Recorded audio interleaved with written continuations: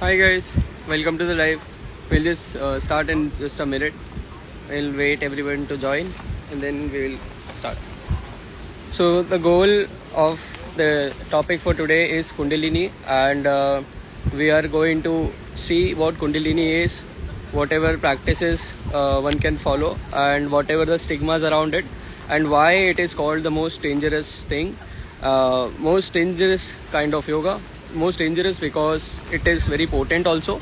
So it's important that we should see how this works and why this is the primordial part of your soul's evolution, and hence everybody should or embark on this journey once in their soul's time.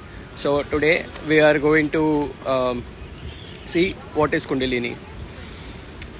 So first understand that whatever current practice we see that the yoga is westernized and way too much commercial, and I see ads saying that instantly activate your Kundalini, and I find them to be very misleading also, because Kundalini is something which people don't understand.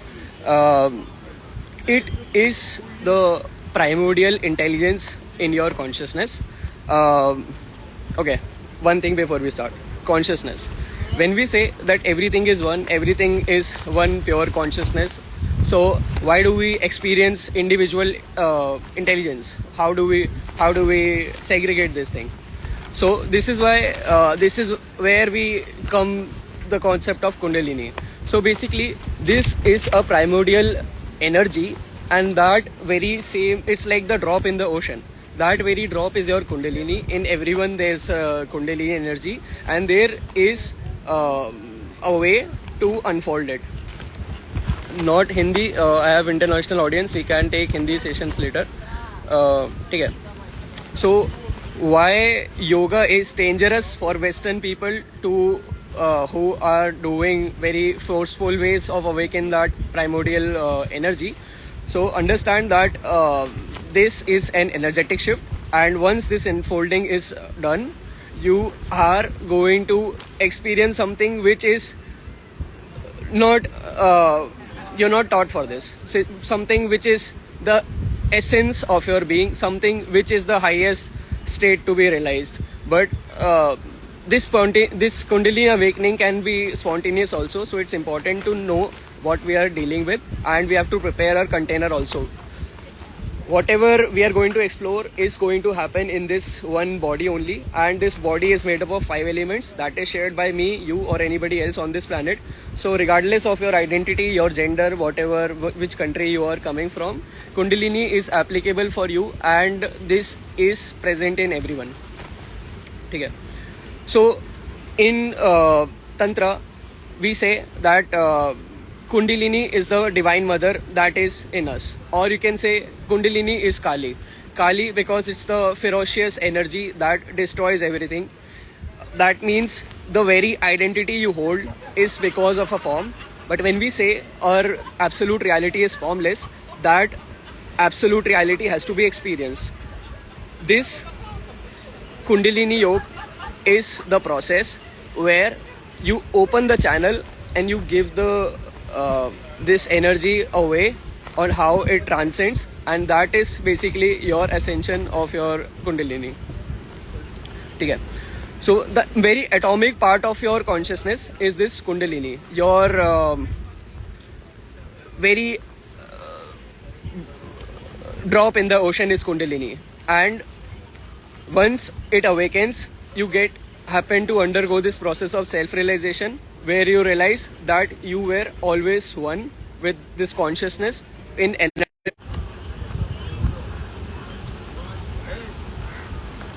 यार हिंदी में हम लोग फिर से कर लेंगे बाद में, बट अभी इंग्लिश में करके मेरे को पोस्ट करना है, तो अभी इंग्लिश में रखते हैं इसको. ठीक है. So Kundalini is the primordial intelligence, and that has to be awakened. In Tantra, we say that everything is an interplay of Shiv Shakti. That Shiv is your pure consciousness, that awareness, and your Shakti is that latent Shakti, that is Kundalini. Where is its state situated in your body? At the very base of your spine, there is this Mooladhara Chakra. in their in that very Muladhara chakra, that Kundalini is coiled, and it is said like it is coiled 3.5 times. Why 3.5 times? First, 0.5 to understand that it is not dynamic, but it is latent. The 3 part, why? Because there's 3 granthis or 3 energetic knots that you have to cross in order to experience that. There is this 3 energetic knots. These are called Granthis: Vishnu, Brahma, Mahesh Granthi, and the Rudra Granthi. And at the very end of it, at the very end of your journey, when your Kundalini finds its way up to the crown chakra, at that very point, you get to realize this very magical process of self-realization. So, Muladhara chakra is the root spine. So, at the root of your being, at the base of your spine, there is this magical energy that is the latent part of your consciousness, and once it awakens, everything changes. Your unfolding starts from a very different level. So how does it open? What channel does it takes? So we say there is this medial channel called Sushumna Nadi. Nadi means an energetic pathway or energetic channel. So at the spine, along the spine, called Sushumna. This very Sushumna is not unlocked, but it has to be unlocked via balancing your both dualities within you. So we say that there is this Nadi, Ida and Pingla. These are related to your masculine and feminine. When these 2 energies are balanced, that is your vital and your mental energies, that very thing opens up your Sushumna, and that Sushumna is running along your spine. So when there is one pointedness and there is your Sushumna opening, Kundalini find its way to ascend on its own. All you have to do is to be in that state where you allow your unfolding to happen.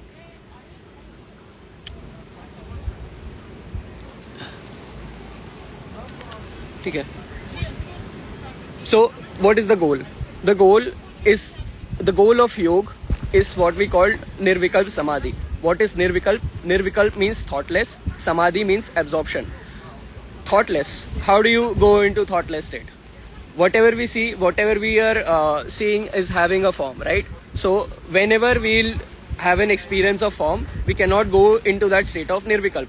In order to get yourself into that thoughtless state, you have to energetically experience that oneness, and that is the very goal of Nirvikalp Samadhi. How do we do that? So our goal remains this crown chakra, which is at the cranium point of your being. So how do you unlock that? When there is one pointedness. Why one pointedness? Because whatever you're carrying is only your awareness, and where your energy goes, your energy flows. So whenever there is one pointedness, and your chakras, your Muladhara and your Agya chakra is one pointedness at in one direction, that's when you ascend. So your goal is to activate your Muladhara, activate your Agya chakra, make them align, and then wait. Why wait? Because that's the best part. Because when you stop doing, that very thing starts unfolding on its own.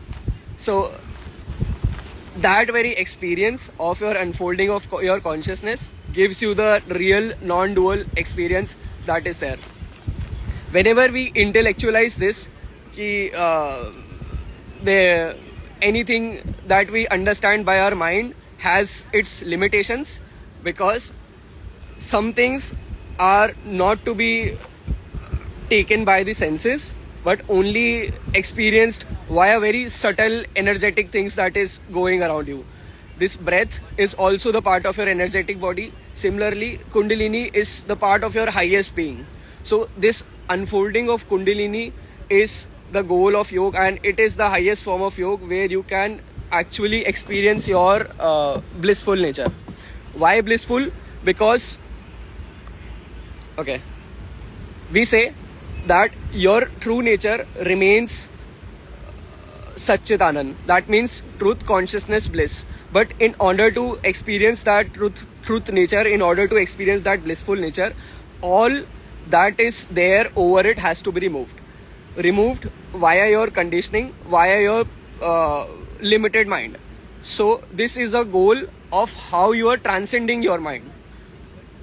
Kundalini is the very thing which rises on its own when your body is ready, when your soul is ready for the next purpose, for the next evolution. There are some techniques in Tantra for it which will take your Kundalini to the highest state. But understand, before going there, we have to prepare a physical body also. Because since now we are not dealing with a gross body, we are going a little bit above, an energetic body and then a causal body. So there are layers to your body. If you have to operate on your energetic body, then you have to also clean your this physical body. Once there's this cleansing of your nadis, once there is open pathway, once there is balance between your masculine and feminine, that time only we can access that Sushumna. And when that Sushumna opens up, that opens a gateway to pierce your granthis, and that is the time you can achieve to your highest state of consciousness. Some techniques of what will help. So Kundalini is basically about having a balance of your inward energy or and your outward energy. So we say there are two types of energies, like inward or outward, right? Breath that we see is kind of a dynamic energy which is flowing either inward or outward, and that Kundalini is static. So how do we change that? How do we make that very static energy into dynamic? For this to happen, whatever is dynamic first, that is your breath, has to be stopped. That has to be suspended. That means your breath, this dynamic breath has to become static.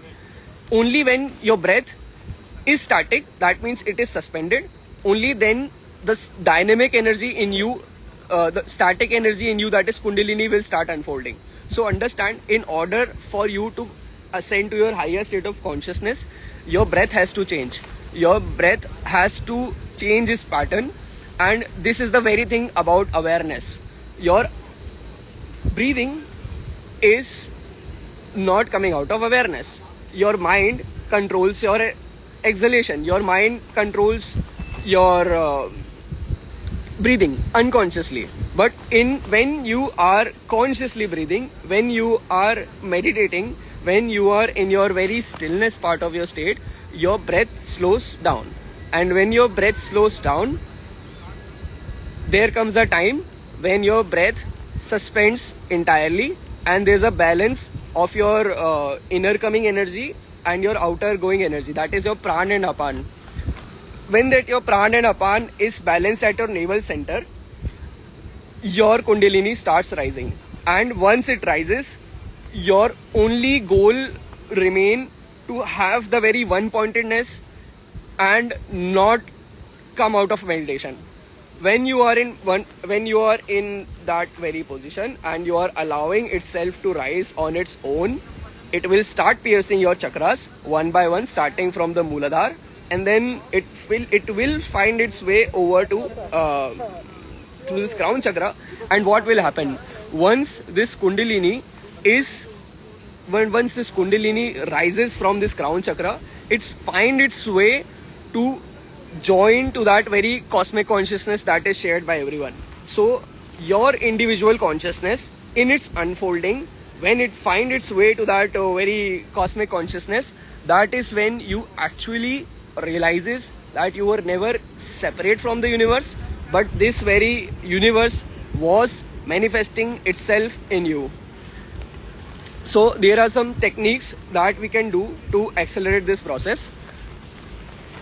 We saw that the goal remained to have a state of breathlessness in our meditation. How do we have a bias towards that? There's a very golden ratio, that is 1:4:2. 1 is your inhalation, 4 is your retention, and 2 is your exhalation. When there is a continuous 1:4:2 pattern between your breath, that's when the fourth part, that means your retention part, is the extended one. That is when your breath is going biased towards that holding part, and when your body is holding more pran than it is actually leaking, that is when you can hold into that energy. And since we say that this is a very all of it is an energetic game, it's very important that we learn how to channelize this pran and how to read the flow of this pran. Other thing, Om chanting. Om chanting is the direct way of how you are making that raising that pran shakti upward. Om chanting is a direct method of how we can actually hit the very right spot of your navel center. That very navel center has to be broken in order to transcend the form. The form is coming from the navel center, and in order to experience that formless, in order to experience that formless, Om chanting is going to be very necessary. So Om is a direct mantra which directly shoots your energy up the spine. All you have to do is be fully immersed in that mantra, so that your breathing, your mantra, your mind, everything is going in this Om chanting. And once this happens, what is going to happen? When there is so much full of energy, when you're okay, one more thing, how do you chant Om? You do deep inhale, and when you're starting to exhale, that's when you start your Om chanting. So understand what is happening energetically here. When you're inhaling, you are sending your pran shakti upward, but when you're exhaling, when it should be going downward, that time also you are doing the Om chanting. So in doing this cyclic process, both in your inhalation and in your exhalation via Om chanting, both of your pran shakti is moving upward. So when all of your pran shakti is moving upward, you see that there will come a time that you will be so much full of energy that you will be able to shift yourself from it, and then you see that you were not just this energy, but you were the unmanifested consciousness that comes before this prana. That means prana, or this vital life force, is the first manifestation of your consciousness. But now you are so full of energy that you see, I am the one even before this prana is manifested. That means you are going one step before prana. That means you are going to that absolute unmanifested consciousness, and that is what we call Shiv Tattva. And when there is a sustained awareness on that very void, on that very Shiv Tattva, that's when your Kundalini magnetizes itself to your crown chakra and happens to rise on its own. Just that, you have to be in a state of non-doership. When we are saying that we are going into the state of Nirvikalp Samadhi, before that we have to go into the normal state of Samadhi.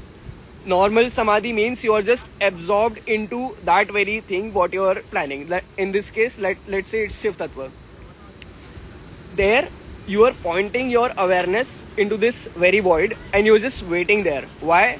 As you stop yourself from becoming a doer, as your breath also suspends, at that very point, you understand that this consciousness, which was fragmented till now, is experienced in its most integral form. Why? Why would this be beneficial? First of all, let's understand that this very thing is an intuitive experience. That means it will happen on its own, just that it will require your collaboration with it. Like, at the gross level, you are doing the action, your mind is doing the action, but you should understand that this pure consciousness, in order to be experienced, needs your non-doership, where you do not take the charge, and then you just be in that state of witness consciousness. That witness consciousness where you're just watching and you're just putting your awareness all into that one very point. When there is ekagrata, when there is one pointedness, when there is a will, where you are just surrendering all of it, when you are ready to give up that form, that's when you experience that very formless reality. That's when you experience your universal consciousness, and that's when you get the moksha. That's when you can actually skip yourself out of from this birth of death and rebirth. How does this work? We will also see this. Until this very thing happens, Kundalini, there is desires and karmic impressions within you that needs to be dissolved. Until that very thing happens, there is attachment, there is attachment to forms, there is and that very attachment gives you the source of everything suffering. Everything that human suffers is because of his attachment, and even while at death, the only thing that he knows himself is this attached world to a form, and when that experience of death comes, he suffers because everything he has collected till now, he has to leave. But once we realize that we were this pure consciousness all along, that I am not going to die, this will transcend you from the fear of death. This will transcend you from all fears, because this is the most courageous thing that you're going to happen, that you are going to do in your life. And once this has done, you transcend your fears, you transcend your mind, you transcend your desires. Not because you are detached, not because you're detached to things, but because now you're not driven by your desires and motivation. You are not motivated by your desires, but you are just happy in your existence. When you are content in your existence, when you are very sure that okay, I am the creation and I am in complete form itself, I do not need anything else, I am just happy to be existing. In order to achieve that, you have to first fight your mind. And until this very thing happens, is this very process, is this very experience happens, you cannot transcend your mind. Mind is a very powerful tool that protects you from the lies. In this state, when you realize your state of no mind, that is when you have that very much that very surety that okay, now this thing has happened and I have transcended my mind. And once this happens, once you experience your formless state, that changes everything. That changes your unfolding of your consciousness. That is the highest thing you can do for your soul. Everything that we do daily is for our mind or our body. But this is something what we're going to do for our soul. And this is what self-realization is all about. It's not only about understanding that Aham Brahmasmi or just saying Tattvamasi. It's energetically experience Aham Brahmasmi. Aham means not just me. Aham in Sanskrit means the divine I. Everything that there is Aham. That very complete consciousness, that very complete experience of Aham will land you into this Aham Brahmasmi. Then you can say, okay, Aham Brahmasmi, I have experienced this energetically. One more thing. This rebirth works on your desires and your impression. As we say that there is some desires and lateral impressions that you carry with your body until so when death happens, your body, which is the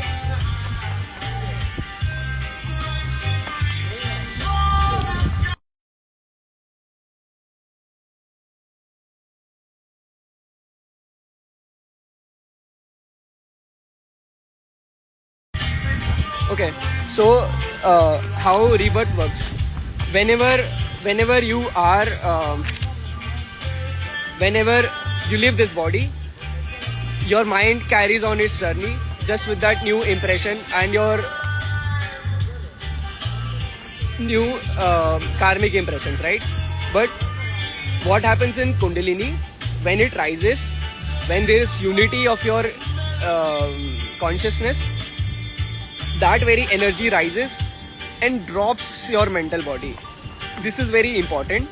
This is very important, where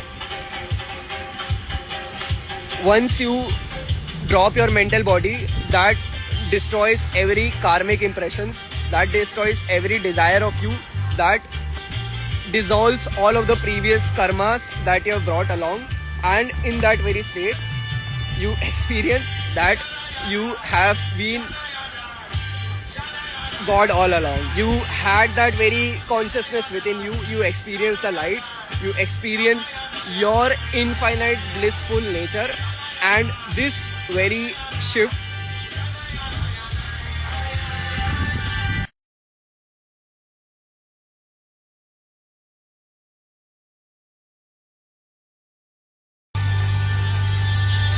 okay, so some more things that this will help in this process is some bandhs and mudras. So when we say that everything is energy and we are working our energies, there are some techniques that are going to help us into that state, which is called mudras and bandhs. Bandhs means, okay,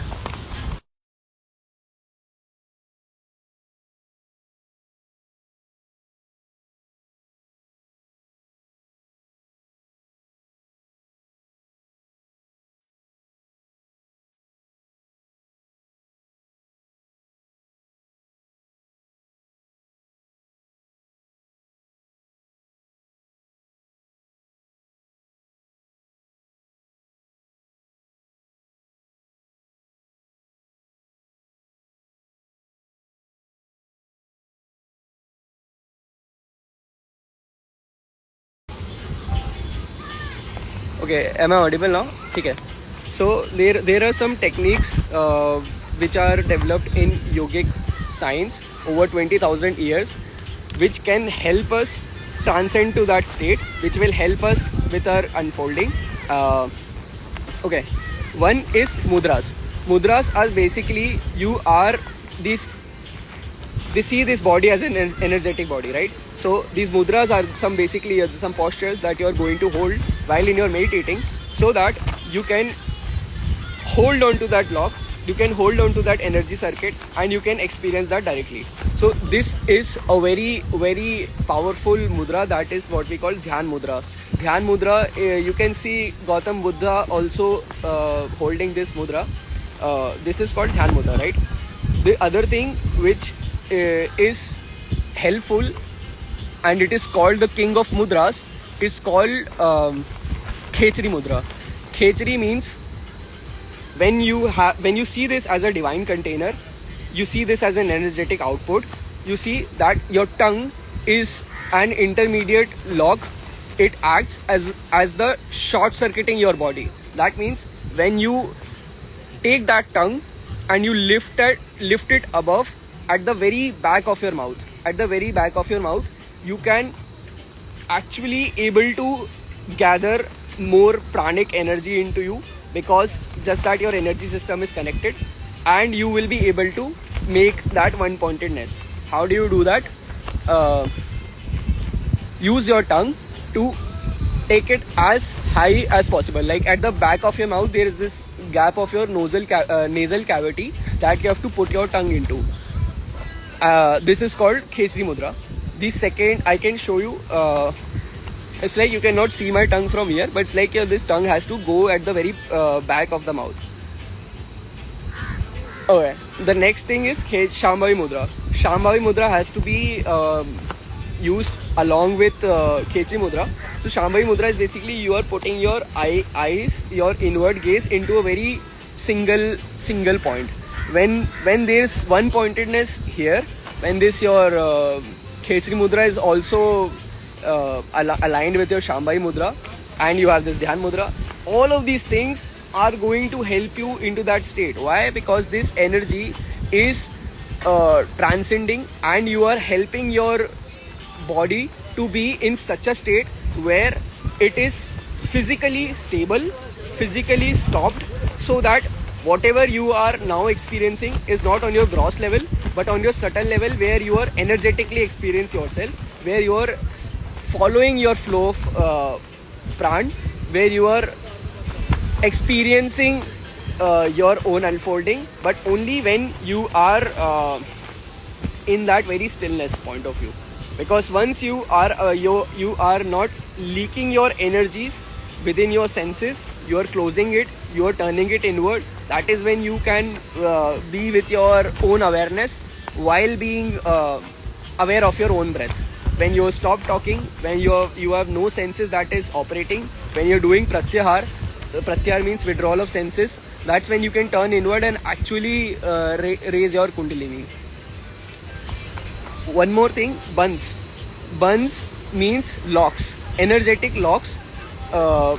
Energetic locks is basically you are using your abdomen and your abdomen muscles and your bottommost muscle of your spine.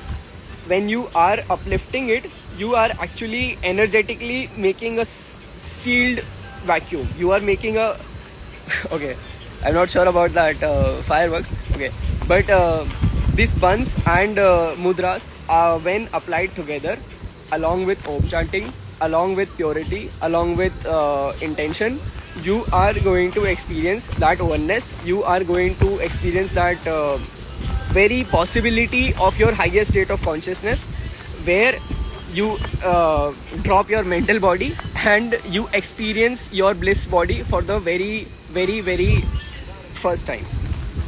What is going to be the outcome of this? First, your manifestation will happen very, very, very, very, very fast. Why? Because once there's no mental body attached to you, once you have your direct connection with your bliss body, your manifestation carries a lot more high frequency. And after that kundalini awakening, after 2-4 months, you will going to have so much manifestation power. Whatever you will visualize will happen in favor of you, because that is how this manifestation works. The other thing, what is going to happen is there would be खेचरी मुद्रा करी और टंग फंस गई nasal cavity में तब, तो it's not possible कि it stucks in your nasal cavity, but it's just like it opens a space inside you, and that very space is your playground. In that very space, that is your what we call a Chidakash. Chidakash means the sky of consciousness within.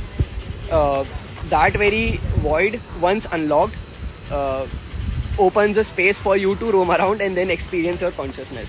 So something, your awareness, which is not only subjected to this body-mind complex, but you are going inward, you are putting your awareness on a single thing, you are opening up that void, you are, even in that void, your only point is that very Shiv Tattva, which is at your crown chakra. So in earlier life also, we have seen this Bindu Dhyan. That means all we have to do is have our consciousness, this awareness into one single point. That is the concentrated form of consciousness. And when that very thing happens, and when there is this sustained awareness on when there is single point of Bindu, your Kundalini rises on its own, and all you have to do is just wait. You can experience a tingling sensation starting, and it's moving forward in a form of a snake. Like it moves away like this, and all you have to do is wait for it until this very thing pierces your crown chakra, and then you experience your cosmic consciousness. And that's when what is happening is, in this very manifestation from this cosmic consciousness to this individual consciousness, you are reversing the flow, and you are moving from this individual consciousness to this cosmic consciousness. So there is a single point of meeting, that is the meeting point of your cosmic consciousness and your individual consciousness. When your Kundalini rises and pierces your crown chakra, this point is the goal, where you experience not just your gross body, your subtle body ends, but you directly experience your causal body. And in that very thing, in that very experience, everything turns into light. Why? This is the attribute of your consciousness. It exists as a pure light, but this experience gives you your first-hand experience of yourself being a light, and that very light is nowhere around here, nowhere outside here, but it is in you. It is in you, and that very white light is experienced in your deep meditation. Like, for it will start, this meditation will start where everything is dark, and if you have this eye mask, and like an hour later you can see everything that you see is full of energy, full of light, and that very light is basically that full of energy. That is that Satchit Anand nature. That is when you can experience without any reason, you can just experience your blissful nature all around. So this is what is living up to your highest potential. Once you undergo this process of self-realization, this is a permanent thing where you will be aware of your blissful nature, like by default. So by default also your desires, your every suffering which is operating in your mind, you have conquered our mind, because that this is the time, this is the very first moment of time when you can experience your state of no mind. Because mind is just an intermediate link between your consciousness, your pure consciousness, and your gross body. There is this intermediate link, your ego, your mind. But this ego, your mind, has to be understood and has to be transcended in order for us to experience our pure state of consciousness. So again, this self-realization is a part of your soul's journey, and Kundalini awakening is the very epitome of your spirituality, where you experience your highest state in a formless state. And it is very, very, very much possible in 2026 with the right guidance and the right technique. We will be able to hold on to that very state of one-pointedness. Earlier, these techniques are not known, because these have been kept hidden in a Gurukul, or like it's transmitted from only from one teacher to only this disciples who are ready. This is why it has also been not in the public domain. But in this era, we have every information that we need, and one-pointedness is only thing that you have to build on your own. And then since this is an intuitive experience, you will be drawn towards it, and once this happens, your unfolding changes, and this is going to be the most profound experience that human can have, because he is breaking every form, every conditioning. He is breaking all his desire, and in that very state of desirelessness, he experiences his true nature of Satchit Anand, his experience of bliss. He removes all the ignorance to realize that I was one with Shiva alone, and this is Shivoham, the experience of Shivoham. When you realize your oneness with Shiva. Can we do Kundalini while working as a corporate guy? So yes, you can do as a corporate guy. You have to meditate. That is non-negotiable. You have to build a practice to sit straight with a spine.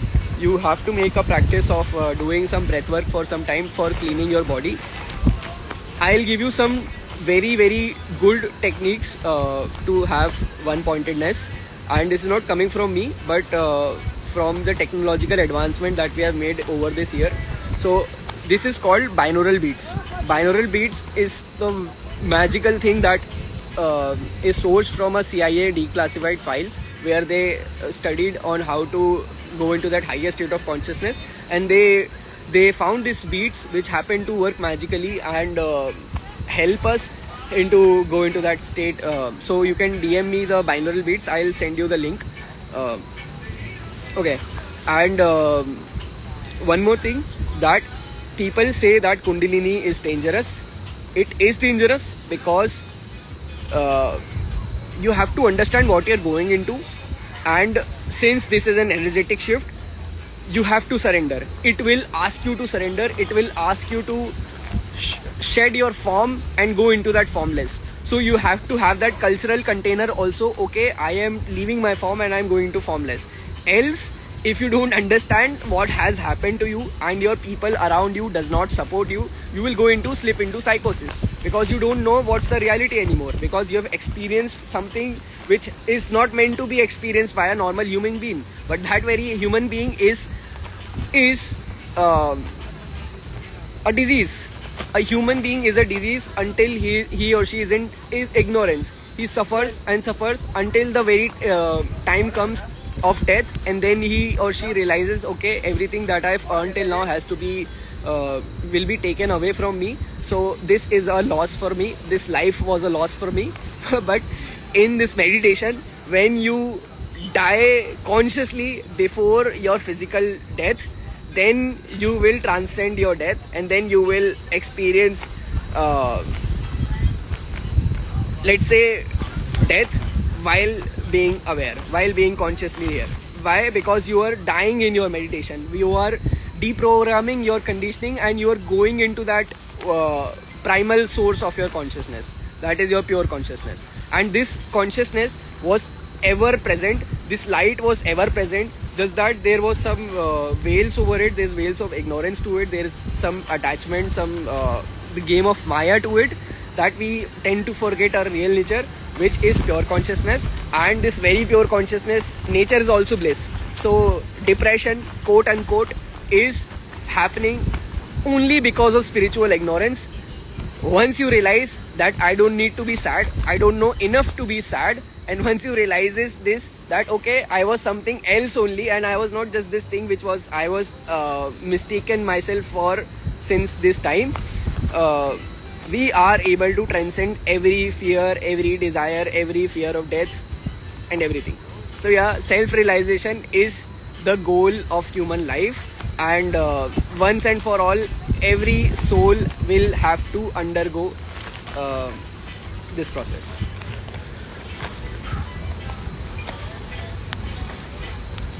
Okay, we'll be taking up some questions.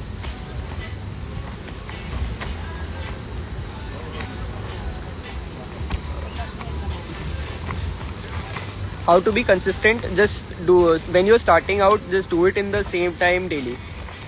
Whatever is your time for meditation, just make sure to sit in that very time, so that you can mentally dial into that thing. And after 3 weeks, you can just once you are able to reprogramming your subconscious mind, okay, I am doing this, you will be supported by your brain. Best time for practice, best time to practice would be in the early morning, which is called Brahma Muhurat, or before sleeping. Why Brahma Muhurat? Brahma Muhurat is the time before sunrise. That's the time where your air is the most thinnest, and once that thin air is there, it becomes easier for you to have this breath work. Because okay, understand that everything is made up of 5 elements, right? 5 great elements, you can see about them. So this air also carries that very 5 elements, just that the proportion is different. This not just air, but this pran vayu that we are consuming.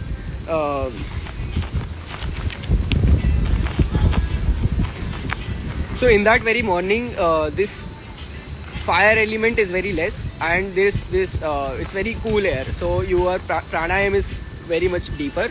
And the second best timing is before sunset, before you sleeping, because that's the time you are done for the day, and you are turning off your conscious mind, and you will be able to meditate into much peacefully. But just that you have to be aware that you don't have to sleep off in your meditation, because sleeping is also unawareness also.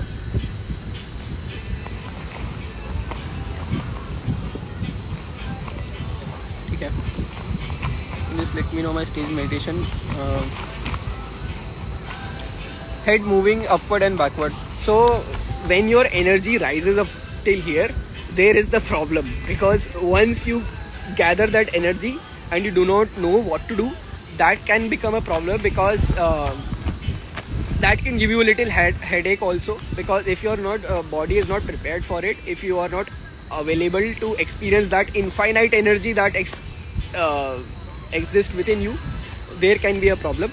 So yeah, so we should know that when you are able to collect your energies here, you can experience that tingling, you can experience the subtle energies that lives around your third eye. All you have to do is make that one pointed awareness and transcend it upward. Try to have a one pointedness over your head, above your head, so that it helps you into leaving this body, not like leaving, but like actually breaking your awareness from this body mind complex. And when you have the stillness over to it, you will be able to energetically move away from body also. There can be a time where you can move away from this body and you can just experience your whole space around your room, because you are now, your awareness is not bounded to this body only, but you can just experience your higher state of consciousness. Do we slowly lose emotions while doing meditation? Okay, so this is a very valid question. So it definitely makes you a little detached. Why? Because it is working on deprogramming your mind. Whatever you have notions that you have set has to be dissolved into this meditation. Meditation is the very act of dissolving your earlier emotions, of earlier programmings, and into that one formless thing. So when you are meditating, you are doing some energetic practices, you will be faced with a new identity, with a new set of and your old patterns will break away. So yes, in a way they can make you a little less emotional, but again, emotions are driven by desires. So if you are if you are aware enough to see where these emotions are coming from, you will be able to work on them. Diagnosed with ADHD.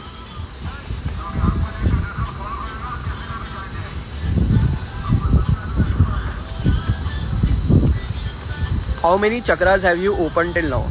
So chakras are something not to be opened, but something to be aligned. Aligned because these chakras are basically your energetic bodies, right? Energetic centers. So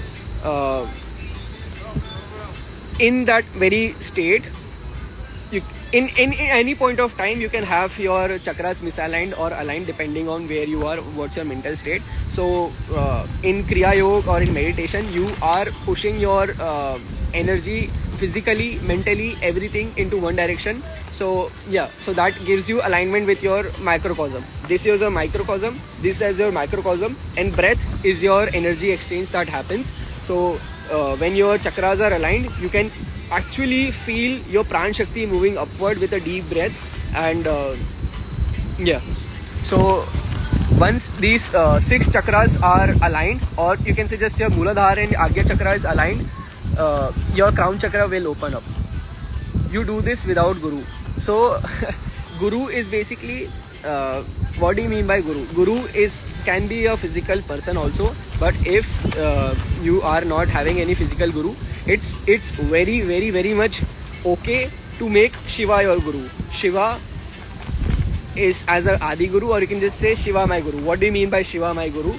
Shiva is not just a person that you are thinking about, but Shiva is that very existence of awareness that is beneath you. So we are saying that when I'm saying that I am having full faith in my Guru, that is Shiva, that means I am having awareness in my own existence that whenever I am dying in meditation, something which is underneath it will carry me. Something in it will help me have this intuitive experience, something which is wanting me to have this very experience. So understand, when this self-realization happens, there's not only you that is getting self-realized, but this universe also self-realizes itself.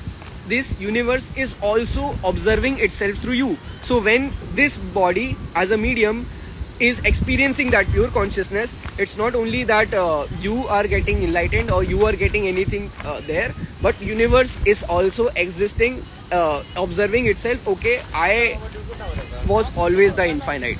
So this is both a win for you and for the universe also. So this is the thing that you can, the best thing that you can do is meditate, and this is what it is called self-actualization, where through self-realization you understand, okay, this was the actuality of it. So this is what is called self-actualization. Okay, so I'm going to stop this live and post this for Instagram, and then we'll come again for Q&A, and then we can take Hindi questions also. Thank you so much for joining. It was a lovely time hosting you.